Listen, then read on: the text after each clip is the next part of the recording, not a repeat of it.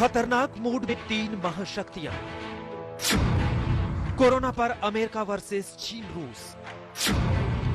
WHO के किरदार पर खींची तलवार।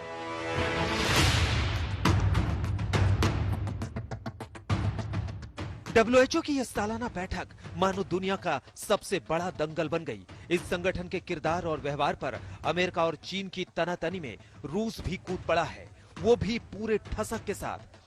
मानो वो भी ट्रंप को देख लेने के मूड में है। बिना लाग लपेट के रूस ने अमेरिका के तौर तरीकों और धमकियों की निंदा की। ट्रंप ने डब्ल्यूएचओ से अमेरिका को अलग कर लेने और डब्ल्यूएचओ को दिए जाने वाले सालाना अनुदान को हमेशा के लिए रोक देने की धमकी दी थी।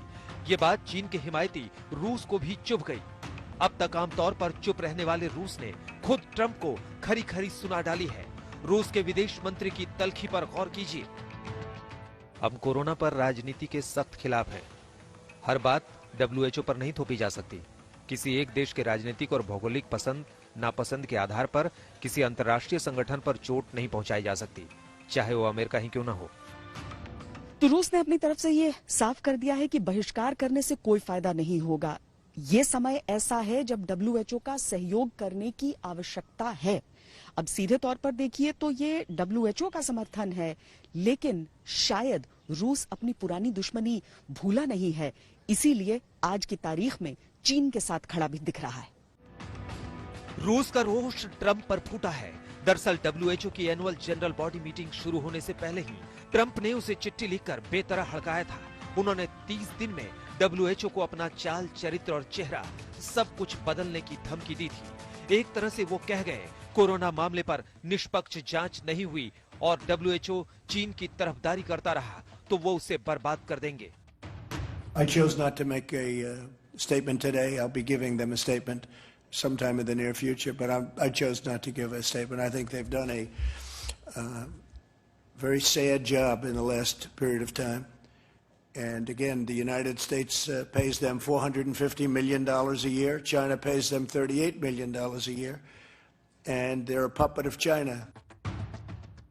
एक तरह से देखें तो पानी सिर के ऊपर जा चुका है। पहली बार विश्व स्वास्थ्य संगठन के छिन्न भिन्न होने का खतरा मंडराने लगा है, वो भी इस संगीन इल्जाम के साथ कि वो चीन की तरफदारी करता है। हालांकि चीन के राष्ट्रपति शी जिनपिंग ने पुरजोर तरीके से ट्रंप के आरोपों का खंडन किया।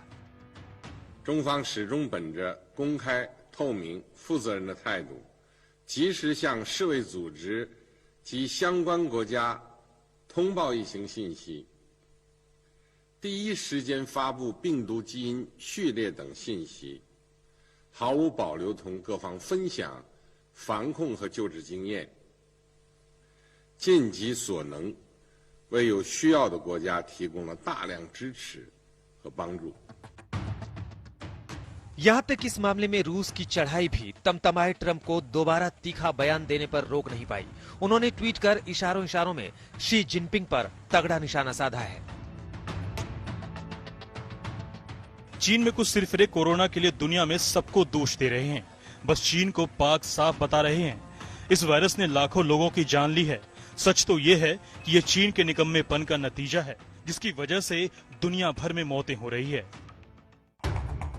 खैर, अमेरिका और चीन के बीच खलबली काफी पहले से है। काफी पहले से ही डब्ल्यूएचओ पर भी निशाना है। लेकिन ये पहली बार हुआ जब 116 देशों ने चीन और डब्ल्यूएचओ की भूमिका पर जांच की बात की। दुनिया भर से उठी आवाजों ने डब्ल्यूएचओ को हिलाकर रख दिया है। दबाव इस हद तक बढ़ा कि डब्ल्यूएचओ को खुद अपने खिलाफ और कोरोना वायरस की उत्पत्ति को लेकर जांच का ऐलान करना पड़ा। चीन जांच के लिए राजी हुआ, लेकिन यहाँ भी एक चाल है। वो वुहान लैब को जांच के लिए नहीं खोलेगा। वेट मार्केट में जाकर कोरोना की उत्पत्ति के कारण ढूंढ सकती एजेंसियां। जो भी हो, दबाव तो था। ऐसे वक्त में रूस आया है ताकि चीन की चिंता को कम कर सके। यह रूस की मंशा समझिए।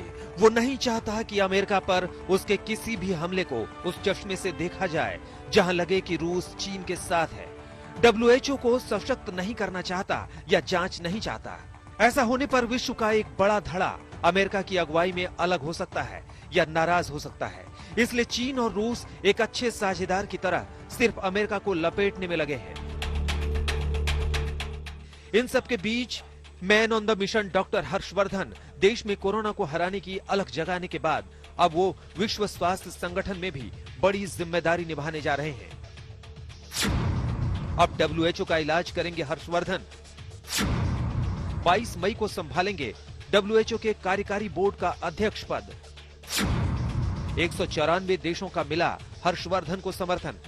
भारत को कार्यकारी बोर्ड में शामिल करने पर मुहर मंगलवार को ही लग गई थी। 194 देशों ने इस खास प्रस्ताव पर दस्तखत किया।